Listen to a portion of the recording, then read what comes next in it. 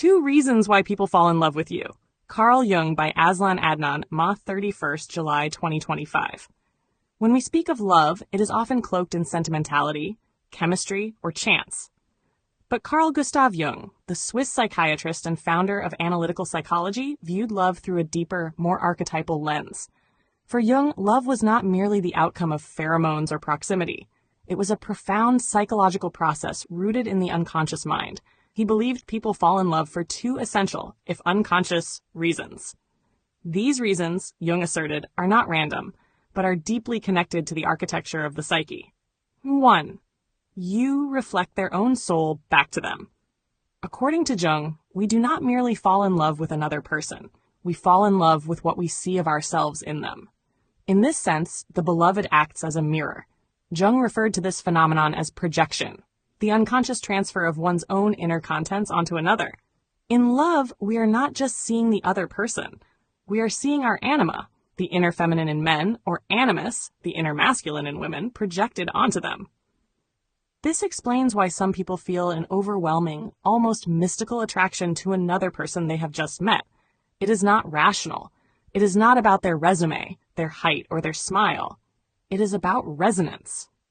The other person resonates with an image that has lived within the unconscious mind for years, possibly since childhood.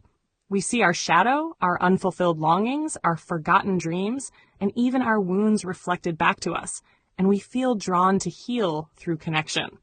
But Jung warned, such projection is powerful and often dangerous.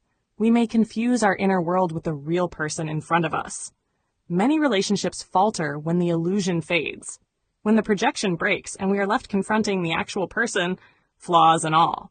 Yet when both individuals are conscious of this dynamic, love can become a journey of mutual discovery and transformation.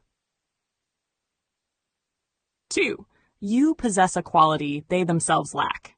The second Jungian reason people fall in love is compensation, the balancing mechanism of the psyche. We are drawn to people who possess qualities that we ourselves feel we are missing. In Jungian terms, this is the law of psychological complementarity. An introverted person may fall for an extrovert. A chaotic person may be enchanted by someone grounded and organized. A free-spirited artist may be captivated by a rational, disciplined thinker. On the surface, it may appear to be opposites attract, but Jung believed it was deeper than that. The unconscious is always striving for balance, individuation, as he called it, the process of integrating all parts of the self to become whole. Thus, when we fall in love, it is often with someone who unconsciously represents our path to wholeness. They embody the traits we yearn to cultivate within ourselves. It is not just admiration, it is a call to growth. This is why some relationships are so transformative, and why they can also be so difficult. The very person who helps us grow often challenges us most. They bring to the surface our insecurities, our blind spots, and our resistance. Yet in this friction, Jung saw potential. Love becomes a crucible, a space where transformation can occur if we are willing to endure the heat. The unconscious roots of love. To Jung, love was never just romance. It was an archetypal force, ancient, mysterious, and deeply tied to the soul's longing for wholeness. Falling in love is often less about the other person and more about what the other person awakens within us. It is an act of recognition, both of beauty in the other and of the parts of ourselves we have long ignored or denied. He wrote, open quote, "The meeting of 2 personalities is like the contact of 2 chemical substances. If there is any reaction, both are transformed." Close quote. This is why some relationships explode while others quietly reshape us from within. It is also why true love requires depth, honesty, and self-awareness. Without these, we may spend our lives chasing illusions, falling not for others, but for distorted reflections of our own unconscious desires. From projection to conscious love.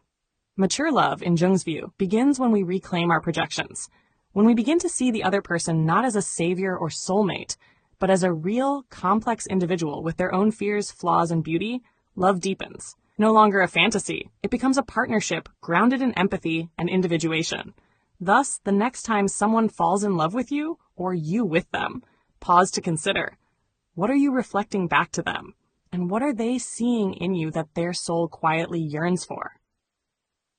Love, Jung teaches us, is the psyche's way of reminding us who we are and who we might become.